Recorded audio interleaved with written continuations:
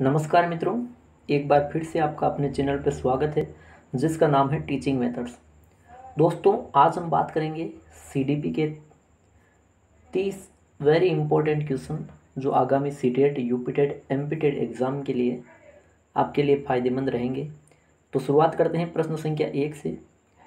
पहला प्रश्न है मित्रों, जन्म के समय लगी चोट या भ्रूण क्षति की वजह से आई मानसिक मंदता कहलाती है। एक बार मित्रों विश्वास करके देखिए, रीट में ऊपर से पूछे गए सारे प्रश्न मैंने ऊपर से भी करवाए और अंदर से भी करवाए और उसी का नतीजा फायदा रहा। बिल्कुल रीट क्लियर हुआ, आसान सफलता मिली। तो उसी प्रकार मित्रों सीटेट में मेरी गारंटी है सीटेट आसानी से आप यूपीटेट क्लियर कर लोगे। इन प्रश्नों को देखना मत भूलिए। तो देखो, इस प्रश्न का उत्तर क्या होगा। जन्म के समय चोट या फिर जो भ्रूण में ही क्षति हो जाती है तो उस वजह से फिर उस जन्म लेने वाली संतान को मानसिक मंदता होती है, वो क्या कहलाती है। देखो, ये चिकित्सा मंदता नहीं होगी क्योंकि ये क्या है मित्रों, ये जन्म के समय लगी चोट है, परिवार से भी नहीं संबंध होता, आकस्मिक है ना, अचानक, तो ये कोई अचानक मंदता नहीं होती। ये होती है मित्रों जैविक मंदता। क्या कहेंगे इसको, जैविक मंदता, जो जन्म के समय लगी हुई होती है। तो पहला विकल्प सही है प्रश्न संख्या 1 में। आगे चलते हैं मित्रों प्रश्न संख्या 2 पर। प्रश्न संख्या 2 है, बालक के शारीरिक विकास की बालक के शारीरिक एवं क्रियात्मक विकास की दिशा होती है, या यूँ कह सकता हूँ कि बालक के शरीर या शारीरिक विकास की दिशा होती है ना। तो बालक का एक तो पूछा है शारीरिक और एक क्रियात्मक जो विकास होता है, इसकी दिशा किस प्रकार की होती है। सिर से पैर तथा शरीर के बाहर से मध्य की ओर, सिर से पैर तथा शरीर के मध्य से बाहर की ओर, पैर से सिर तथा मध्य से बाहर की ओर, या पैर से सिर तथा बाहर से मध्य की ओर। देखो, कल जो मैंने सीडीपी का मित्रों वीडियो डाला था, ठीक है, सीटेट के लिए 30 प्रश्नों का, उसमें मैंने एक प्रश्न बताया था सेफेलोकोडल थ्योरी, ठीक है, सेफेलोकोडल थ्योरी बताई थी मैंने मित्रों, जिसमें होता क्या है सिर से पैर। तो यहाँ पे वही चीज़ देखनी है पहले, तो सिर से पैर किस में है।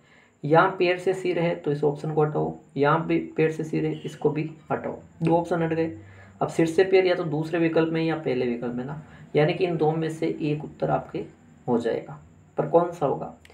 देखो, शारीरिक विकास की स्थिति हो गई, लेकिन क्रियात्मक विकास की भी होनी चाहिए। तो देखो, मैंने सेफेलोकोडल थ्योरी जब कल बताई थी तभी मैंने चर्चा की थी और इसी से रिलेटेड आती है, इसीलिए मैं एक्सप्लेन भी साथ में कर रहा हूँ मित्रों।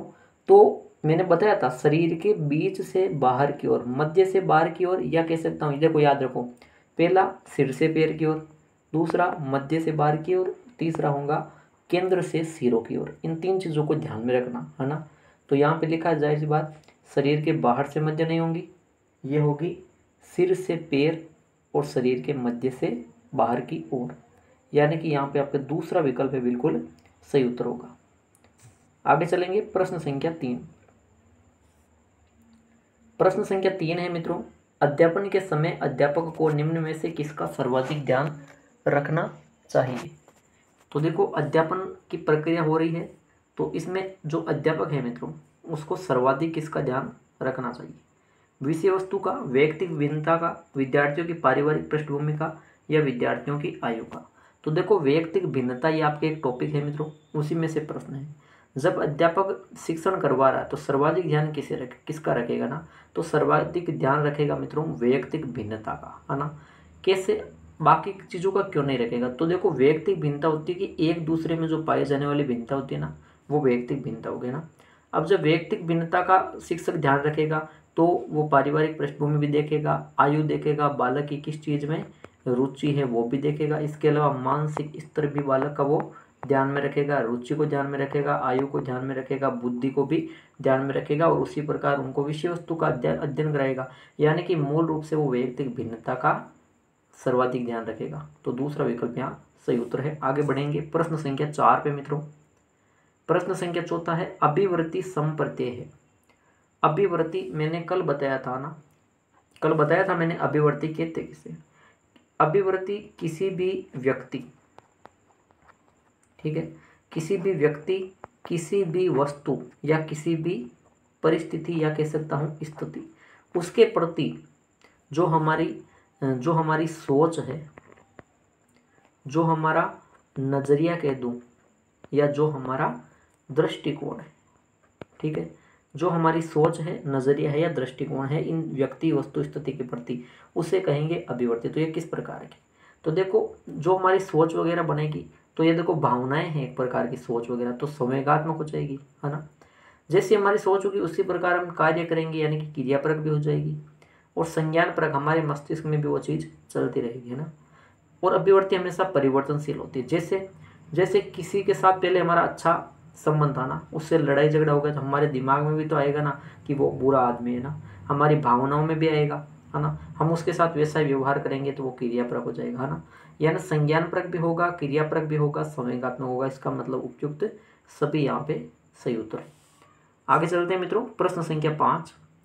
दोस्तों शानदार प्रश्न है सभी के सभी, और देखिए डायरेक्टली इनसे प्रश्न पूछे जाएंगे आपके एग्जाम में, इसलिए वीडियो को पूरा देखना, मिस मत करना, ठीक है। कर्ट लेविन के अनुसार समूह में होने वाले परिवर्तनों को कहा जाता है। कर्ट लेविन की बात करूं तो इन्होंने अधिगम का क्षेत्रीय सिद्धांत दिया था। अधिगम का क्षेत्रीय सिद्धांत दिया था कर्ट लेविन ने, उसे तलरूप सिद्धांत, दिशा सिद्धांत भी कहा गया।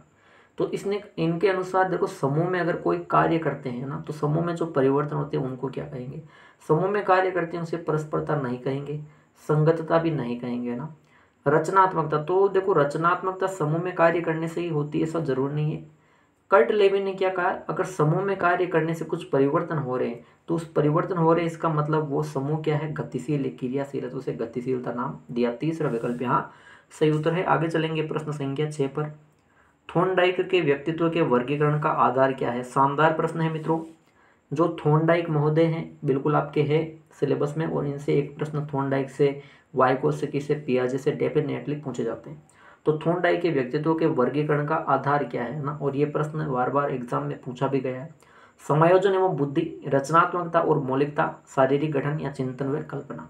तो देखो मित्रों, थॉर्नडाइक की अगर मैं बात करूं तो इन्होंने समायोजन में बुद्धि के आधार पर नहीं, रचनात्मकता और मौलिकता के आधार पर नहीं, और शारीरिक गठन के आधार पर भी नहीं। इन्होंने व्यक्तित्व जो टॉपिक है उसमें व्यक्तित्व का वर्गीकरण इन्होंने किया है चिंतन और कल्पना के आधार पर, ठीक है। इन्होंने चिंतन और कल्पना के आधार पर 3 प्रकार के व्यक्ति बताए थे। कौन कौन से, तो देखो इन्होंने पहला बताया था मित्रों, थॉर्नडाइक ने एक तो बताया था सूक्ष्म विचारक, ठीक है। दूसरा बताया स्थूल विचारक, और तीसरा बताया था इन्होंने मित्रों प्रत्यक्ष विचारक। सूक्ष्म, स्थूल और प्रत्यक्ष विचारक, ये 3 प्रकार के थॉर्नडाइक ने व्यक्तित्व का वर्गीकरण किया है, ठीक है। तो मित्रों चौथा विकल्प आपके प्रश्न संख्या 6 में सही। देखते हैं 7वां प्रश्न मित्रों। पठन पाठन में शिक्षकों को करना चाहिए, तो पठन पाठन की जो प्रक्रिया है इसमें शिक्षकों को क्या करना चाहिए ना, तो देखो जिज्ञासु प्रवृत्ति का प्रोत्साहन करना चाहिए, ज्ञान का मौखिक स्थानांतरण, कक्षा कक्ष में पाठ्य पुस्तक द्वारा शिक्षण या उपयुक्त सभी। तो देखो मित्रों, इस प्रक्रिया में शिक्षक क्या करेगा, ज़्यादा वो अपने मतलब मौखिक स्थानांतरण करेगा ज्ञान का, तो बच्चे क्या हो जाएंगे, निष्क्रिय श्रोता के रूप में हो जाएंगे, तो ये गलत हो जाता है, ठीक है।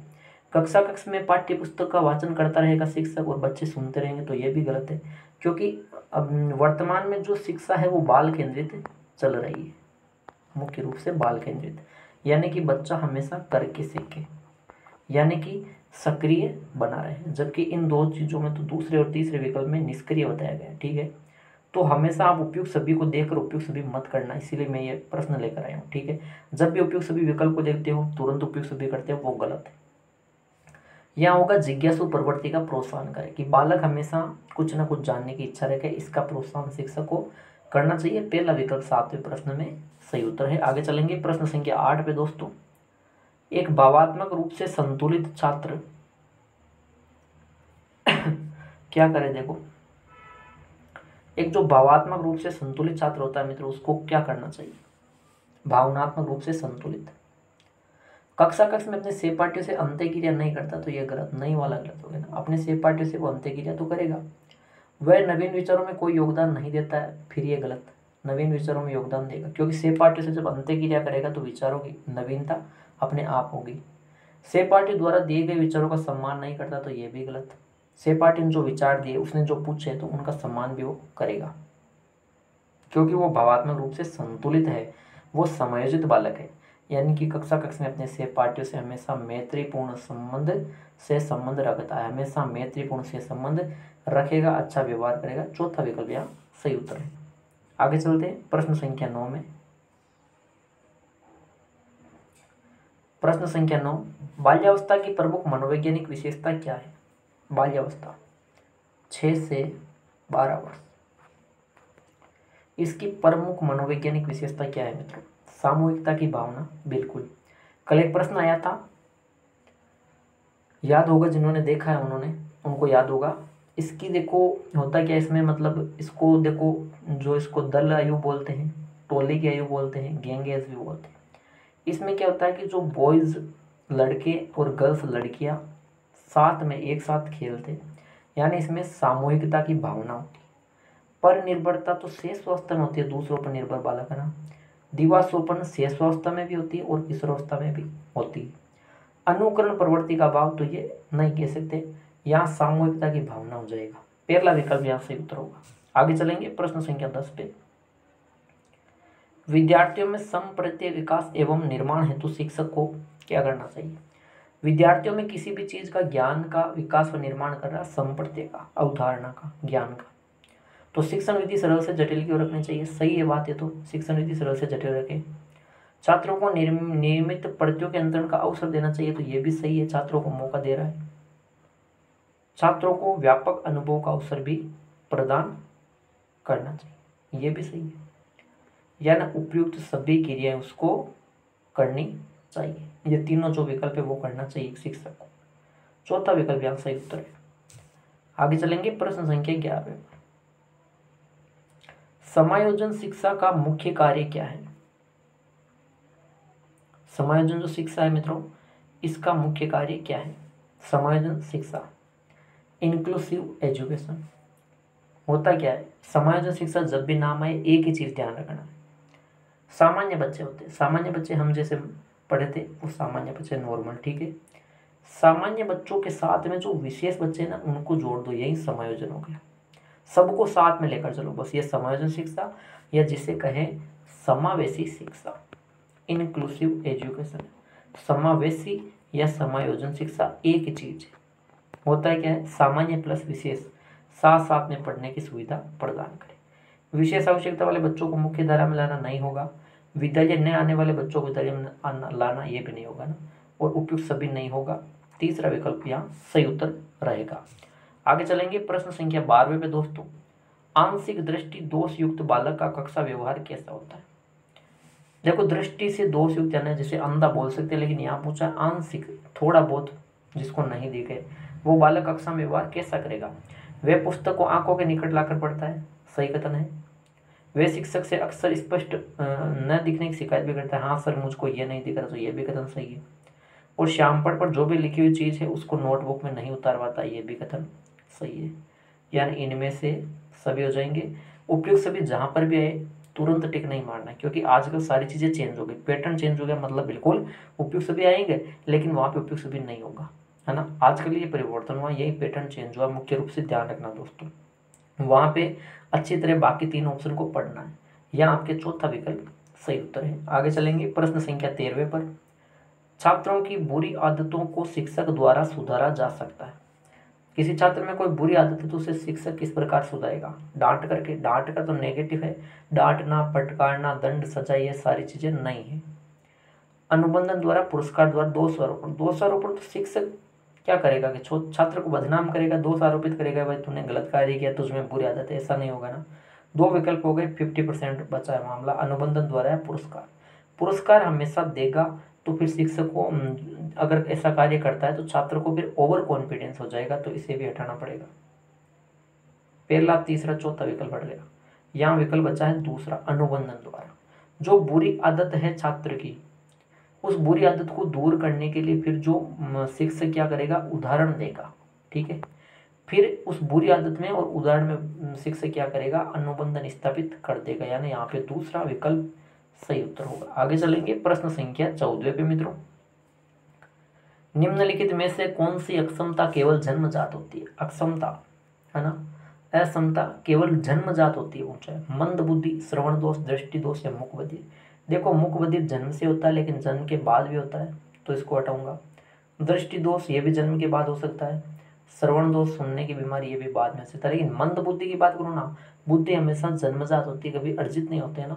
तो ये मंद बुद्धि ये जन्मजात ही है भाई, अर्जित नहीं है ना, चाहे अक्षमता हो या क्षमता हो, ठीक है। तो यहाँ पे पहला विकल्प सही है, प्रश्न संख्या 14 में। आगे चलेंगे प्रश्न संख्या 15 पर। निम्न में से कौन सा कथन विकास के बारे में सत्य नहीं है। देखो वृद्धि और विकास के डेफिनेट 1 से 2 प्रश्न पूछे जाएंगे, वेरी इंपॉर्टेंट है। तो विकास के बारे में सत्य कथन कौन सा नहीं है। विकास अंत्य क्रिया का फल है, बिल्कुल है। अंत्य क्रिया किन किन में होती है, आनुवांशिकता एंड वातावरण में। कल प्रश्न मैंने डाला था, वुडवर्थ के अनुसार विकास बराबर आनुवांशिकता इनटू वातावरण है, ठीक है। तो अंत्य क्रिया का फल है विकास, सही कथन है। विकास एक व्यवस्थित श्रृंखला का अनुगामी है, बिल्कुल सही है, श्रृंखला ना। तो विकास व्यवस्थित श्रृंखला का अनुभव है, व्यवस्थित तरीके से होता, सही है। विकास एक व्यक्तिगत प्रक्रिया है, बिल्कुल सही है। हर व्यक्ति का विकास देखा जाता है, तो विकास व्यक्तिगत प्रक्रिया भी हुआ। विकास लंबवत दिशा में होता है, गलत है। सिर से पैर होता है मान लिया, लेकिन लंबवत नहीं होता है। ये कैसे चलता है, ये चलता है, इसे कहते हैं वर्तुलाकार गति में, है ना। अगर कहीं पे आ गया वर्तुलाकार, ठीक है। विकास वर्तुलाकार गति में होता है, सही है। विकास लंबवत होता है, गलत। विकास रेखीय होता है, एक रेखा में, गलत। तो यहाँ पे चौथा विकल्प आपके राइट आंसर है। आगे चलेंगे प्रश्न संख्या 16 पर। प्रश्न संख्या 16, जिस प्रक्रिया में व्यक्ति दूसरों के व्यवहार को देखकर सीखता है, न कि प्रत्यक्ष अनुभव से, वह प्रक्रिया कहलाती है। व्यक्ति दूसरों के व्यवहार को देखकर सीखेगा, खुद प्रत्यक्ष अनुभव से नहीं सीखेगा। दूसरों के व्यवहार की नकल करेगा, दूसरों के व्यवहार का अनुकरण करके सीखेगा। और अनुकरण को प्राथमिकता किसने दी है मित्रों, अल्बर्ट बांडुरा ने अपने सिद्धांत में दिया, अल्बर्ट बांडुरा ने। तो अल्बर्ट बांडुरा ने कौन सा सिद्धांत दिया, अनुबंध अधिगम, आकस्मिक अधिगम। तो सूझ का सिद्धांत हो गया, आकस्मिक याद रखना, प्रायोगिक अधिगम नहीं होता है। या हो जाएगा सामाजिक अधिगम, जिसे प्रेक्षणात्मक अधिगम, निरीक्षणात्मक अधिगम कह सकते हैं, अवलोकनात्मक अधिगम भी कह सकते हैं। तो पहला विकल्प सही उत्तर है प्रश्न संख्या 16 में। आगे चलेंगे प्रश्न संख्या 17 पर मित्रों। एनसीएफ 2005, आरटीई 2009, इन दोनों के प्रश्न हमेशा आते हैं। क्रियात्मक अनुसंधान उसका भी आता है, आकलन मापन मूल्यांकन उसका भी आता है, ठीक है। तो इन टॉपिकों को अच्छी तरह देख कर जाओ, समझ के जाओ। एनसीएफ जो 2005 है ना, अभी रेट में पूछा गया, इसकी जो राष्ट्रीय समिति थी, प्रश्न थोड़ा सा घुमाया, राष्ट्रीय स्टीयरिंग समिति लिख दिया, ठीक है। उसके अध्यक्ष कौन थे, प्रोफेसर यशपाल। उस समिति में पूछे कितने अध्यक्ष थे, याद रखना 38 सदस्य थे, सॉरी अध्यक्ष ने कितने सदस्य थे, 38, वेरी मोस्ट क्वेश्चन है, ठीक है। इसमें इन्होंने परीक्षा में सुधार समझाए, तो कौन सा सुधार को सुझाया गया ना, खुली पुस्तक परीक्षा, ओपन बुक, सही है। सतत व्यापक मूल्यांकन भी इन्होंने सुझाया था। और समूह में कार्य करना, क्योंकि बच्चा क्या करेगा, करके सीखेगा। यानी इन्होंने मुख्य रूप से रचनावाद पूछ लिया, कौन से वाद में बल दिया एनसीएफ 2005 ने, व्यवहारवाद, संरचनावाद, रचनावाद पूछ लिया, तो रचनावाद करना। सामूहिक कार्य भी इन्होंने सुझाया है, यानी उपयुक्त सभी, चौथा विकल्प सही उत्तर है। आगे चलेंगे प्रश्न संख्या 18 पे दोस्तों। शिक्षा मनोविज्ञान की दृष्टि से निम्न में से कौन सा कथन सत्य है। शिक्षा मनोविज्ञान की दृष्टि से, शिक्षा जो मनोविज्ञान है, तो ये भी वेरी इंपॉर्टेंट टॉपिक है। इनमें से कौन सा कथन सत्य है, सीटेट का पहला टॉपिक है शिक्षा मनोविज्ञान, वेरी इंपॉर्टेंट। कौन सा कथन सत्य है भाई, अधिगम प्रक्रिया में बच्चों को कष्ट होता है, सीखने से बच्चों को कष्ट होता है क्या, नहीं, वो तो काम आता है उनके सीखना में। विद्यालय में आने से पहले बच्चों को कोई पूर्व ज्ञान नहीं होता, गलत। थोड़ा बहुत तो पूर्व ज्ञान होता ही है ना, तो ये भी गलत हो गया, दो कथन गलत हुए। बच्चे यथावत वही सीखते जो उन्हें पढ़ाया जाता है, ये भी गलत। शिक्षा मनोविज्ञान के अनुसार ऐसा कुछ नहीं है कि बच्चे ने जो का त्यों सीखा, नहीं। बच्चे अपने ज्ञान का स्वयं सर्जन करते हैं, बच्चे करके सीखते हैं, बच्चे रचनावाद पे आधारित कार्य करते हैं। तीसरा विकल्प सही उत्तर है। आगे चलेंगे प्रश्न संख्या 19 पे दोस्तों। सीखने की प्रक्रिया में विद्यार्थी द्वारा की गई त्रुटियों के संबंध में आपकी दृष्टि में निम्न में से कौन सा कथन सर्वोत्तम है। शानदार, दमदार क्वेश्चन है, वेरी वेरी इंपॉर्टेंट क्वेश्चन है ये। त्रुटियों से रिलेटेड एक प्रश्न हर बार पूछा गया सीटेट में, कि जो त्रुटियां करता है ना सीखने में विद्यार्थी, तो वो चीज़ क्या है, इसमें कौन सा कथन सर्वोत्तम है। विद्यार्थी को कभी भी त्रुटियां नहीं करनी चाहिए, गलत बात है। त्रुटियां करना तो स्वाभाविक होगा, जितना भी प्रतिभाशाली बालक लेकर आए वो भी गलतियां करेगा। कभी कभी विद्यार्थी त्रुटियां कर सकता है, नहीं, कभी कभी नहीं कर सकता है। विद्यार्थी की लापरवाही के कारण त्रुटियां होती है, ये भी गलत। अरे भाई त्रुटियां जिसे बोलते हैं अन्न अधिगम, प्रश्न को घुमा दिया जाएगा, ध्यान रखना। अन्न अधिगम भी कह सकते हैं, त्रुटियां या अन्न अधिगम एक चीज है। तो ये अधिगम प्रक्रिया का ही भाग है, मतलब त्रुटियों से भी तो सीखा जाता है। प्रयास व भूल का सिद्धांत नहीं देखा आपने थॉर्नडाइक का, वही तो है। दूसरा विकल्प सही है प्रश्न संख्या 19 में। आगे चलेंगे मित्रों प्रश्न संख्या 20 पर। बच्चों में नैतिकता की स्थापना के लिए सर्वोत्तम मार्ग है, शानदार प्रश्न है। बच्चों में नैतिकता, नीतिगत शिक्षा देनी, अच्छा क्या है बुरा क्या, तो उसके लिए सर्वोत्तम मार्ग कैसे दोगे? उन्हें धार्मिक पुस्तकें पढ़ाओगे? केवल पुस्तकें पढ़ाने से हो जाएगा? नहीं।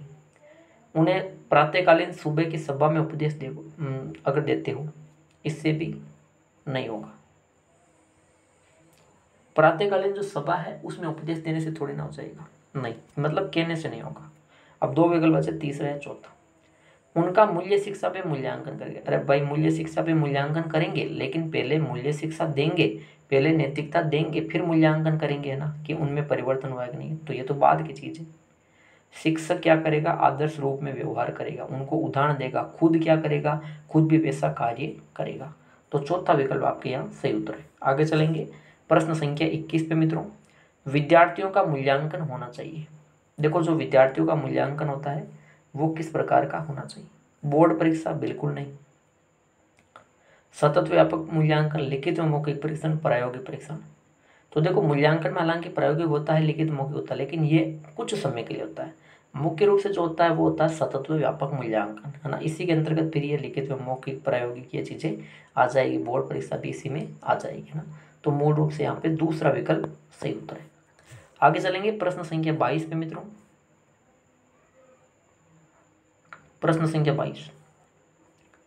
9 वर्ष के बालक की नैतिक तर्कना आधारित होती है। शानदार प्रश्न है, वेरी इंपॉर्टेंट है। 9 वर्ष का बच्चा है, उसकी जो नैतिक तर्कना, सोचने की जो तर्क शक्ति है वो किस पर आधारित होती है? किसी कार्य के भौतिक परिणाम उसकी अच्छाई या बुराई को निर्धारित करते हैं। नियमों का पालन करने के बदले में कुछ लाभ मिलना चाहिए। कोई कार्य सही होना इस बात पर निर्भर करता है कि उससे व्यक्ति की अपनी आवश्यकता पूर्ति होती है। इनमें से कोई नहीं, इनमें से कोई नहीं को हटा दो। कोई कार्य सही होना इस बात पर निर्भर करता है कि उससे व्यक्ति की अपनी आवश्यकता पूर्ति होती है, बिल्कुल गलत कथन है। कैसे? कि जिससे आवश्यकता पूर्ति होती है। कई बार कुछ ऐसे होते हैं, देखो कुछ हम में भी होते हैं व्यक्ति जो अपना मतलब अपना फायदा देते हैं, फायदा देखते हैं ना, यानी कि वो चाहे गलत भी हो। तो यहाँ तो लिखा है कोई कार्य सही होना इस बात पर निर्भर है कि उनकी आवश्यकता पूर्ति होती है। नहीं, आवश्यकता पूर्ति जिस चीज़ से होती है क्या वो सही है? ऐसा कहाँ है? नहीं, वो गलत भी तो हो सकता है तरीका। तो ये भी विकल्प हटाना पड़ेगा। नियमों का पालन करने के बदले में कुछ लाभ मिलना चाहिए, नहीं। किसी कार्य का जो भौतिक परिणाम होता है ना वो उसकी अच्छाई या बुराई को निर्धारित करते हैं। ये होती है बालक की, 9 वर्ष का बालक ऐसा सोचेगा। पहला विकल्प सही है प्रश्न संख्या 22। आगे चलेंगे मित्रों 23वें प्रश्न पे। चिंतन की प्रक्रिया में सबसे कम महत्वपूर्ण क्या है? अच्छा प्रश्न है, शानदार प्रश्न है। पूर्व के एग्जामों में ये प्रश्न पूछा भी गया है, वेरी वेरी इंपॉर्टेंट क्वेश्चन बताया मैंने। चिंतन की जो सोचने की प्रक्रिया, भाषा और चिंतन मुख्य रूप से आपके टॉपिक है ना, उसमें एक प्रश्न जरूर आएगा, सबसे कम महत्वपूर्ण क्या है सोचने में? तो देखो भाषा के माध्यम से चिंतन होता है। हाँ, चिंतन में हमेशा भाषा सम्मिलित नहीं होगी। अगर पूछे चिंतन, इनमें से पूछ लिया प्रश्न को, ये 4 ऑप्शन आ गए, है ना, इनमें से पूछ लिया कि चिंतन में हमेशा शामिल नहीं होता है, तो भाई हमेशा भाषा शामिल नहीं होगी, ठीक है। लेकिन चिंतन की प्रक्रिया में महत्वपूर्ण जरूर है। यहाँ पूछा है कम महत्वपूर्ण कौन है, सबसे कम। चित्र से भी तो चिंतन होता है, किसी चित्र को देखते हैं फिर सोचते हैं, इसका मतलब उसमें भी चिंतन होता है, सही है। प्रतीक और चिन्हों से भी होता है ना, चिन्ह होता है, चिन्हों से भी होता है। लेकिन मांसपेशी क्रिया या पेशी क्रियाओं से किसी प्रकार का चिंतन रिलेटेड नहीं है, तो तीसरा विकल्प सही उत्तर है। आगे चलते हैं प्रश्न संख्या 24 पे। क्या कहता है प्रश्न संख्या 24? बढ़िया प्रश्न है। निम्न में से कौन सी विशेषता परिपक्वता को अधिगम से अलग करती है? परिपक्वता को अधिगम से अलग कौन सी विशेषता करती है? देखो परिपक्वता स्वाभाविक प्रक्रिया है। देखो अधिगम की बात करूं तो अधिगम जीवन पर्यंत चलेगा, सही है। सीखना तो भाई जीवन पर्यंत चलेगा। सीखना प्रेरकों पर निर्भर करती है, सही कथन है। यानी कि जब भी प्रेरित किया जाएगा तो अच्छा सीखेगा। और देखो सीखना अभ्यास पे भी तो निर्भर करता है, जितना अभ्यास करोगे उतना सीखोगे। ये 3 चीजें हो गई। अब एक में कहा गया परिपक्वता को अधिगम से कौन से करे, जाहिर सी बात है अधिगम सीखना होता है ना, ये कभी स्वाभाविक नहीं होता, जबकि परिपक्वता तो अपने आप आती है। अरे शरीर का विकास तो अपने आप होगा, है ना, जबकि अधिगम, अधिगम तो अर्जित करवाने से होगा, अधिगम स्वाभाविक नहीं होगा। तो यहाँ पे पहला विकल्प गलत करूंगा मैं, अधिगम को परिपक्वता से ये विशेषता अलग करती है, पहला विकल्प सही उत्तर है। आगे चलेंगे प्रश्न संख्या 25 पे। शानदार प्रश्न है। वीडियो अच्छा लग रहा है तो बिल्कुल लाइक करते जाइए, कमेंट कीजिए। निम्न में से कौन सा कथन बुद्धि के बारे में सत्य नहीं है? बुद्धि के बारे में सत्य नहीं है, इनको गौर कर लेना, कौन सा है कौन सा नहीं है। बुद्धि व्यक्ति की मानसिक क्षमता है, बिल्कुल सही कथन है। बुद्धि व्यक्ति की सोचने की मानसिक क्षमता सही है। व्यवहार की गुणवत्ता से ये आंकी जाती है, ये भी कथन सही है। जैसा व्यवहार करेगा वैसे उसकी, मतलब कहते हैं ना, उसमें बुद्धि इतनी इसीलिए व्यवहार कर रहा है ना, तो ये कथन भी सही है। यह सामंजस्य स्थापित करने में सहायक है, तो यह कथन भी सही है। बुद्धि, जितनी अच्छी बुद्धि होगी उतना अच्छा सामंजस्य या अनुकूलन किसी भी स्थिति के प्रति हो सकता है। लेकिन देखो बुद्धि स्थायी है, बुद्धि एक सी रहती है नहीं। देखो हालांकि मैंने कहा कि बुद्धि जन्मजात रहती है, उसे बाद में चेंज नहीं किया, लेकिन बुद्धि में थोड़ा बहुत परिवर्तन किया जा सकता है, तो ये परिवर्तनशील या स्थायी नहीं रहती है ना। जैसे कोई गलत कार्य कर रहा है, मतलब बुद्धि उसकी गलत चल रही है ना, उसे हम अच्छे मार्ग पे लेके आ सकते हैं ना भाई, तो मतलब ये परिवर्तनशील या अस्थायी है। अगर पूछे कि अस्थायी है, हाँ अस्थायी है, और परिवर्तनशील भी बुद्धि होती है, तो तीसरा विकल्प सही उत्तर है प्रश्न संख्या 25 में। चलते हैं प्रश्न संख्या 26 पे। किसके अनुसार शेष अवस्था में सीखने की सीमा व तीव्र विकास अन्य किसी भी अवस्था की तुलना में अधिक होती है? शानदार प्रश्न है दोस्तों। शानदार प्रश्न है। शेष अवस्था में जो सीखने की सीमा और तीव्र विकास, शेष अवस्था में जितना ज़्यादा तीव्र विकास होता है ना सीखना, वो बाकी की जो अवस्था है ना, जैसे बाल्यावस्था किशोर अवस्था, उनकी तुलना से अधिक होता है। ये कथन किसने कहा? स्किनर ने, मैकडूगल ने, वाटसन या वुडवर्थ? तो इसका सही कथन हो जाएगा मित्रों कौन सा? वाटसन। जेबी वाटसन ने कहा शेष अवस्था में जितना तीव्र गति से सीखा जाता है अन्य अवस्था में नहीं सीखा जाता। तो तीसरा विकल्प सही उत्तर है प्रश्न संख्या 26 में। आगे चलते हैं प्रश्न संख्या 27 पे। निम्न में से कौन सी मूल प्रवृत्ति बच्चों को सीखने हेतु अभिप्रेरित करने के लिए काम में ली जा सकती है? कौन सी मूल प्रवृत्ति? देखो संवेग और मूल प्रवृत्ति टॉपिक पढ़ोगे तो उस मूल प्रवृत्ति से रिलेटेड है। बच्चों को सीखने हेतु अभिप्रेरित करने के लिए काम में कौन सी मूल प्रवृत्ति ली जाती है सीखने के लिए? पलायन, जिज्ञासा, वात्सल्य, आत्मरक्षा। आत्मरक्षा से कैसे सीखोगे? पलायन से नहीं सीख सकते, वात्सल्य से नहीं सीख सकते, जिज्ञासा से सीख सकते हैं। बालक को जितनी जिज्ञासा होगी ना उतनी अधिक वो सीखेगा। दूसरा विकल्प सही होता है प्रश्न संख्या 27 में। आगे बढ़ेंगे प्रश्न संख्या 28 के लिए। सामान्यतः बालक किस आयु में बोलना सीख जाते हैं? अच्छा प्रश्न है, वेरी इंपॉर्टेंट क्वेश्चन है। बाल विकास का प्रश्न है, प्रश्न जरूर आएगा। ये प्रश्न पहले एक बार आ भी चुका है। बालक किस आयु में बोलना सीख जाते हैं? 11 माह में, 16 माह में, 20 माह या 24 माह? तो आपको पता है बालक सामान्यतः 11 माह की उम्र में बोलने लग जाता है। पहला विकल्प 28वें प्रश्न में सही है। आगे चलेंगे प्रश्न संख्या 29 पे। निकट दृष्टि दोष को इंगित करने वाला शब्द है। ये एक और शानदार प्रश्न है। दृष्टि दोष का टॉपिक है आपके, तो निकट दृष्टि दोष, आंशिक दृष्टि दोष, दृष्टि दोष, है ना, सारी चीजें पढ़ के जाना है। इनको इंगित करने वाला शब्द कौन सा है? निकट दृष्टि दोष है, उसको क्या कहते हैं? परावर्तन, अपवर्तन नहीं कहेंगे। हेप्रोपिया या मायोपिया? तो सीधी सी बात है, उसको बोलेंगे मित्रों मायोपिया, जिसे निकट दृष्टि दोष होगा। चौथा विकल्प सही है प्रश्न संख्या 29 में। आगे बढ़ते हैं। आज का अंतिम प्रश्न है मित्रों प्रश्न संख्या 30। देखो हर बार क्या होता है कि मैंने कहा ना पैटर्न जो है चेंज है। कैसे? हर बार ये पूछते हैं किंडरगार्टन विधि है, किसने दी? फ्रोबेल ने। इस बार पैटर्न चेंज है, तो क्वेश्चन का पैटर्न चेंज देखो मैंने कर दिया। किंडरगार्टन विधि जो फ्रोबेल ने दी, इसका मुख्य रूप से महत्वपूर्ण गुण क्या है? निरीक्षण द्वारा सीखना, समीपता द्वारा, अंतर्दृष्टि द्वारा, खेल में करके सीखना। फ्रोबेल ने ये विधि दी थी 1 से 5 के बालकों के लिए उपयुक्त विधि है। और किस प्रकार की विधि है? किंडरगार्टन विधि। खेल विधि के अंतर्गत तो आती है, यानी कि बच्चे खेल खेल में और करके सीखेंगे, खेल व करके सीखना, इससे रिलेटेड है। तो चौथा विकल्प 30वें प्रश्न में सही हो जाता है। तो दोस्तों ये थे आज के CDP के सीटेट, एमपीटेट, यूपीटेट के लिए शानदार 30 प्रश्न। आशा करता हूँ वीडियो अच्छा लगा, बिल्कुल अच्छा लगा, और तो बिल्कुल आप लाइक कीजिए ताकि हम मोटिवेट होकर आपके लिए और मेहनत करके बहुत अच्छे अच्छे प्रश्न लेकर आते हैं। ये आज की क्लास यहीं पे समाप्त होती है। मिलते हैं अगले वीडियो में। धन्यवाद।